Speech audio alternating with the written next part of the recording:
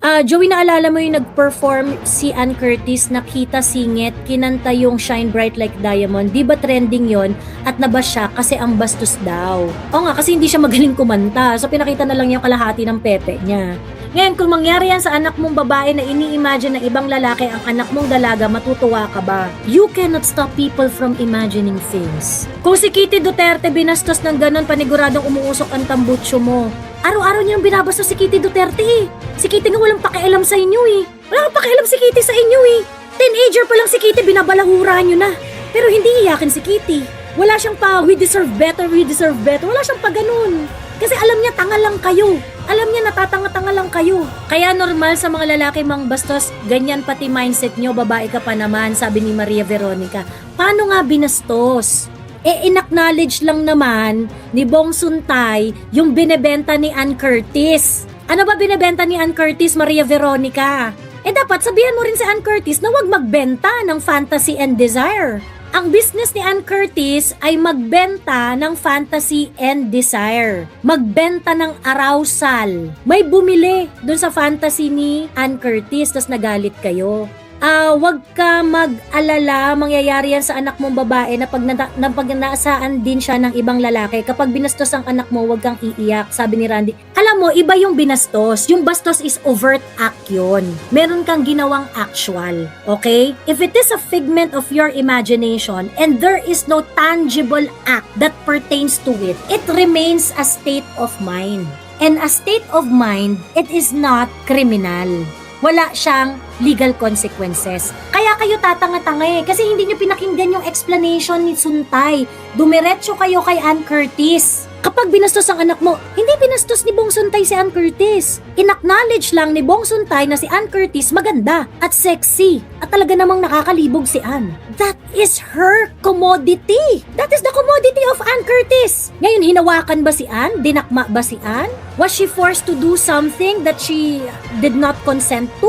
Talaga naman pinagpapantasyahan si Ann Curtis. Maganda talaga si Ann Curtis. Lumalabas pa nga si Ann Curtis na nakapanty lang, walang bra. Kumakanta nga siya, labas kalahati ng mukha ng pepe niya. Of course, you're going to fantasize with that. Na iningatan ni Ann Curtis ang katawan niya ng bonggang-bongga. It is going to be a staple in the imagination of many men. Gayon pa man, although I think Suntay and the wife do not really need to apologize, still they apologize. Nagpakababa sila. Ngayon, itong si Ann, na masyadong mataas ang ere, si Ann na naging bilyonarya dahil sa kanyang pagbebenta ng arousal, ng fantasy at ng desire, pag-satisfy ng desire ng mga kalalakihan, ikinayaman ni Ann Curtis ang pagpapasexy at pagpapaganda sa show business para hangaan ng kalalakihan, kababaihan, at kung sino-sino pa. And when that is affirmed, you think it's pambabastos? Na pinagpatasyahan si Ann Curtis after mapanood yung pelikula niya. Hindi pala okay si Ann dun eh. Isuli niya lahat ng bayad. Refund na. Ito yung point ko, na hindi ko maintindihan kung saan nyo hinuhugot yung advocacy ninyo. Walang foundation yung inyong galit. Whether you like it or not, the reason why galit kayo kay Suntay, kasi he was able to successfully prove his point that imagination is not a crime. Pero ayaw niyong puntahan yung area na yon. Bakit? Kasi magbe-benefit si Inday. Magbe-benefit si Inday sa usapan. Kaya ayaw niyong pumunta dun sa area na yon. The Wallflower, hindi yun nakakaputang ina. Ang nakakaputang ina, yung hypocrisy ng paniniwala ninyo na dapat protektahan ng mga kababaihan. Kasi sasabihin nyo, hindi congressman siya. O di ibig sabihin, galit kayo dahil congressman siya. Hindi kayo galit dahil inapi si Ann. Hindi kayo galit dahil babae si Ann. Inapi si Ann. Ganyan. Galit kayo, congressman siya at kumakampi siya kay Inday.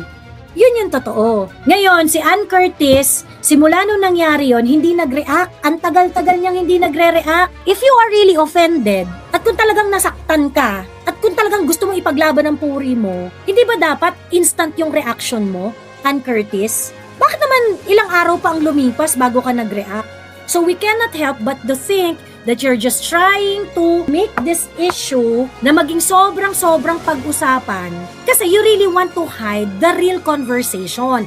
The real conversation about the Marines, yung mga male-maletang pera na kung saan parte ang media sa mga nakatanggap. Okay?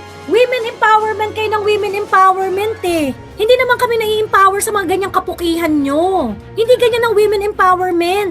Ikaw, Ann Curtis, kung kumita ka ng bilyong-bilyong pera dahil sa pagpapakyut at pagpapasexy, and someone else would say na yes, cute ka nga ka at sexy, nakakainit ka nga ng dugo. And then you're going to say aping-api ka dahil binastos ka? Dahil binili niya yung binebenta mo? Additional Ate Joey, takirog naman talaga si Ann. Baka nakalimutan nila, I can buy you your friends in this club. Well, she was able to say that because she's confident of the wealth that she accumulated because of all the showbiz work that she had done, which includes pagkanta-kanta sa concert na kita ang kalahati ng kipay at pag-photoshoot ng nakapanti lang at hawak-hawak ang dede. Diba? At ang sangkaterba, endless photos na nakasuot siya ng bikini. Girl, hindi kayo for women empowerment. Kasi di ba nga si Liz Uy na isang iskabetse, hinayaan nyo di ba? So saan ang women empowerment nyo? You're only saying women empowerment if it is actually fits in your narrative. Ngayon, if you're going to talk about women empowerment, na, hindi, bastusan, ganyan-ganyan. Si Inday ang totoong empowered woman dito. Si Inday pinagkaisahan ng Malacanang, ng House of Representatives, ng yellows, pinks, and reds. Araw-araw niyong binababoy. Inimpeach pa ninyo gamit ang pera ng bayan. Diba? Inamin yan ni Cheese Escudero na nagpamigay kayo, nagpamudmud kayo ng pera sa mga congressman para sa impeachment ni Inday. Diba?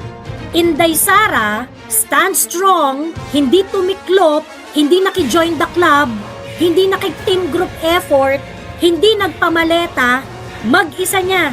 Inaaraw-araw niyong binabastos, pati pamilya niya, pati asawa niya, and still she's standing. And still she is the top most trusted government official.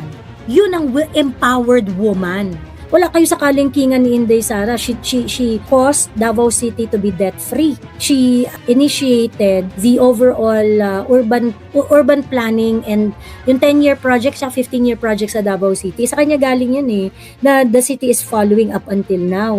She negotiated several exportation deals with different countries to the benefit of Davao region. Davao region to the benefit of Davao region. Yun ang power. Yun ang woman empowered. 'Di ba? Si Inday ang mukha ng empowered na babae.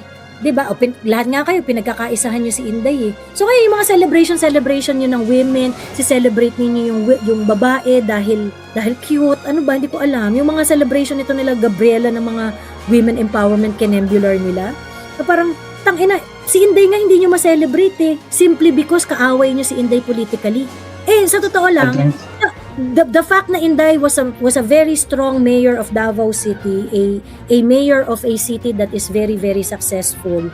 She became a vice president. She received the highest number of votes in Philippine history. That is enough to celebrate her as a woman because that is a feat na wala pang nakaka-achieve kahit sino. 'Di ba? A woman at that. Sin-celebrate niyo ba si Inday? Hindi. 'Di ba? So yung mga kapatahan ninyo, mga women's month, mga emirate na ganyan. Hindi niyo naman nakikita yung women sa side namin. Ang nakikita niyo lang women nyo. Na ipokrito. Kagaya ni Ann Curtis. You think Ann Curtis, ako tingin ko lang to. Artista kasi si Ann Curtis. I think kung si Ann Curtis lang yan, hindi yan makikisaw-saw sa mga, yung statement na yan, hindi yan lalabas. But Ann Curtis is a talent. And she has a movie coming up. So ngayon, yung ginagawa ngayon ni Ann Curtis na yan, mga ganong-ganong etchos, malaki ang possibility dyan na hindi naman niya yung decision eh. Na because she's just a talent and she's just parang agreeing to the orders of whoever managing her career. That's the truth. Ngayon, if you cannot decide on your own matters, does that mean empowered woman ka? When Inday Sara showed women empowerment when she punched that certain sheriff in 2011, I could never forget that. Pero instead na supportahan siya, yes, it's never okay to punch anybody. Pero that very moment na ginawa ni Sara yun, she punched that certain sheriff because she stood her ground. So yun ang totoong women empowerment. Hindi yung ipagtatanggol mo yung babaeng nagsabi nung nalasing siya na I can buy you, I can buy this club. I have nothing personal against Ann Curtis, but we Filipinos must learn how to choose our battle. Tama. Actually, yung ako tingin ko si Inday, sinabi niya yun, in-interview ni Sas si Inday Sara, sabing gano'n ni VP, yung pagsuntok niya sa sheriff, after nung lahat-lahat, when she looks back at it, sinasabi niya talaga na parang, it is not really a proud moment. Kumbaga parang, pagka naaalala daw niya yun, nanliliit daw siya, na parang, ba't ko ginawa yun, gano'n. And doon na-appreciate ko si Inday doon. Sobrang na-appreciate ko si Inday doon. Kasi, kumbaga, I think at that time, she was young, she was a young politician, very, very young politician. Tapos ganun yung, ganun yung naging pag-handle niya dun sa bagay na yun. I can really feel the raw, her passion, her raw passion to really protect her people. Nagkamali siya kasi sinuntok niya yung sheriff eh. Later on, sinabi niya, oo, medyo nakakahiya nga yun na parang pagka naaalala ko yun, nanliliit ako kasi dapat hindi ko ginawa yun. Sabi niya gano'n. And for me, sa totoo lang, mas lalo ko siyang na-appreciate. Nung sinapak niya yung sheriff, hindi ako nagalit sa kanya. Hindi ako parang, gusto niyang ayaw makinig ng sheriff eh. Tapos, she's facilitating a better movement ng mga tao. Kasi apparently, nung time na yon may mga nabahaan at nasanugan at the same time. So marami talagang displays. So ang pinopoint doon ni Inday is bago mo i-implement yan, kausapin mo muna ako because you cannot enforce that without the people having a place to go. Kasi kawawa naman yung mga tao. So pwede bang maging ganon? Kung i-implement mo, sige, implement mo, ganyan. Kaso nga lang, syempre maging makatao ka naman. Pagka in-implement mo yung order na yan, palalayasin mo yung mga tao na yon, aalis naman talaga yung mga tao. Tutulungan ka rin naman ni Inday, 'di ba? Pero yung sheriff, nag-ano siya, parang nagmamatigas siya na hindi kailangan na paalisin and things like that. Bida-bida siya that time yung sheriff. Nagbida talaga yung sheriff. Nagbida talaga yung sheriff. So ngayon, yung pag-amin ni Inday na it wasn't really very mature of her na maging ganun yung reaction niya at that point. Kasi nakita mo talaga yung bad trip ni Inday nun. Parang nga dito talaga. Kita mo talaga yung bad trip ni Inday doon. Yung parang talagang mga kain talaga ng buhay si Inday eh. Oo. Kasi sa mga panahon na yun, nagsasuffer din ang Davao nung flood nga noong 2011. You remember that? Sobrang daming nasalanta that time. Kaya she was at the heart of her emotions. Kaya ganun talaga. Totoo, ayun. Yun isa sa mga desirable traits ni Inday. She makes mistakes. Yeah. Pero hindi siya kupal.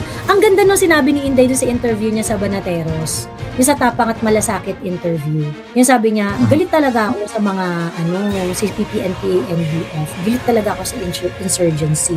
All out ako sa kanila. Pero sa lahat, hindi ko pakikialaman ang kanilang freedom of speech. True enough, ang CPP-NPA NDF, binababoy si Inday mula ulo hanggang paa, ginagawa ng kwento, finafailan ng impeachment and things like that. She never said na parang, hindi, bawal kayo magsalita or bawal kayo mag-organize or things like that and ganyan. Galit si Inday, pero kaya niyang respetuhin yung karapatan ng kalaban niya. And that is some level of maturity that we see on this leader na alam mo na there is no way for Inday but to go up eh. Yung ganyang klaseng yan yung classic development ni Inday as individual, 'di ba? Walang ibang ganun eh. Yung 18 Marines, nires na nilang ang buhay nila legally and physically because they are now the central target of everyone they mentioned in their affidavit. Tinatakot-takot na sila. They're talking about mali-maletang pera na sila mismo ang nagkarga sa mga sasakyan, eroplano at whatnot. Pagkatapos yung mga pink, ang talagang effort nila sa pagtatanggol, dangal ni Ann Curtis. Diba? And that's why the majority of people will not be with them. That's not a real issue for everyday people. Kung real issue sa inyo yung misogyny, is Inday Sara, araw-araw ninyong binibigyan ng misogynistic remarks. Correct. Diyos ko naman, let's call a spade a spade. Pero ang hilig kasi nila mag-goal posting, hindi yung misogyny kasi ganito, bakla. Don't sweat on the small stuff. Kung concerned ka naman sa moral, di ba sabi nila naman tungkol to sa morality. Baka si Ann Curtis has been promoting online gambling. Alam mo, kanina ko lang nalaman yan nung pinost mo na nag-ano rin pala siya. Ano pinopromote niya? Bingo Plus? Yes, Bingo Plus. DG Plus. Okay. Kasi malaki talaga magbigay ang DG Plus. So, ibig sabihin, yung kinita mo dyan, galing yan sa posible na mga nawasak na pamilya. Mm-mm. Morality. So, asan yung morality dyan? Kasi bayad ka, kasi trabaho lang. Excuse siya sa effect ng kanyang pinopromote. Ganyan. So, ano na naman tayo? Moving the goalpost na naman tayo. Kasi, yung argument nyo dito kay Bong Suntay, kailangan itong labanan kasi magpo-promote ito ng ganyan, ng misogyny, etc. Ayaw nyo pala mga naman na po-promote ng mga magkakascade na na social tragedy, no? Pero dito okay lang sa inyo kasi bayad kayo. Kaya nga binabasa ko yung meron pa siya as a mother. Bakla as a mother, dapat alam mo na ang pagpo-promote ng sugal ay mali. Mali. Correct. Bakla bilang isang ina, tanungin mo ang sarili mo, tama ba na ikaw ay nagpo-promote ng online gambling? For that matter. Oo, meron siyang Bingo Plus. Ay, shucks. Oo nga. Diba? Love Bingo Plus, major sponsor. Hindi ba? Nagpo-promote ka. Oo. Nagpo-promote ka ng sugal.